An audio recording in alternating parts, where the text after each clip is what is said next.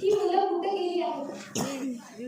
वराळे काकांनी मान खाली घातली आणि वराळे काका मला म्हणतात, गेली 2-3 दिवस झालं ही मुलं उपाशी आहेत.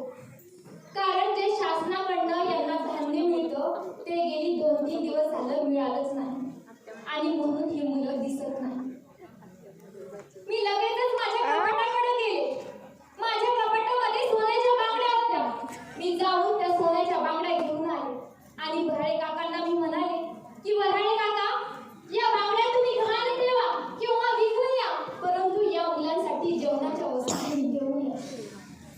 मी कसं बसं करून वराळे काकांची समजूत काढली आणि मग वराळे काकांनी देखील माझं ऐकलं आणि मग वराळे काकांनी या मुलांसाठी जेवणाच्या वस्तू ते घेऊन आले आणि मग मी माझ्या याच हाताने त्या मुलांना स्वयंपाक करून त्यांना जेवण घातलं. त्या मुलांच्या चेहऱ्यावरचा आनंद बघितला आणि माझा आनंद गगनात मावेना. खरं तर तो माझ्या आयुष्यातला सर्वात सुखाचा दिवस. तुम्हाला माहिती का ती लहान लहान मुलं काय बोलले मला त्या दिवशी? ती लहान मुलं मला आई बोलली, रमाई.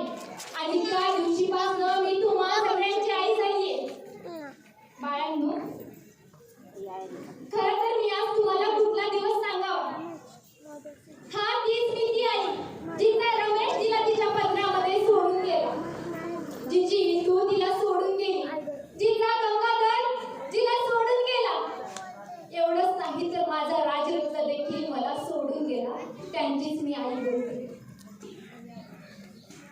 बॅरिस्टरची पदवी घेऊन माझे साहेब आज एवढ्या वर्षानंतर येणार होते आणि मग साहेबांच्या स्वागतासाठी मला सुद्धा जायचं होतं. साहेबांच्या स्वागतासाठी जायचं तर होतं आणि मग मी भी घरातली भिगीनं सगळी कामं आवरत होते. काय कुठं ठेवू आणि काय कुठं ठेवू नये असं माझं काम चाललं होतं. आज एवढ्या वर्षानंतर मला माझ्या साहेबांच्या चेहऱ्यावरचा आनंद बघायचा होता. जायचं तर होतं, परंतु मी अशा माझ्या फाटक्या लुगड्याच्या अवस्थेमध्ये जाणं काही योग्य ठरणार नाही. काय म्हणतील मला ती माणसं? एका बॅरिस्टरची बायको आणि अशा अवस्थेमध्ये जाणं काही योग्य ठरणार नाही. मी विचारच करत राहिले आणि विचार करत असताना मला एक गोष्ट आठवली.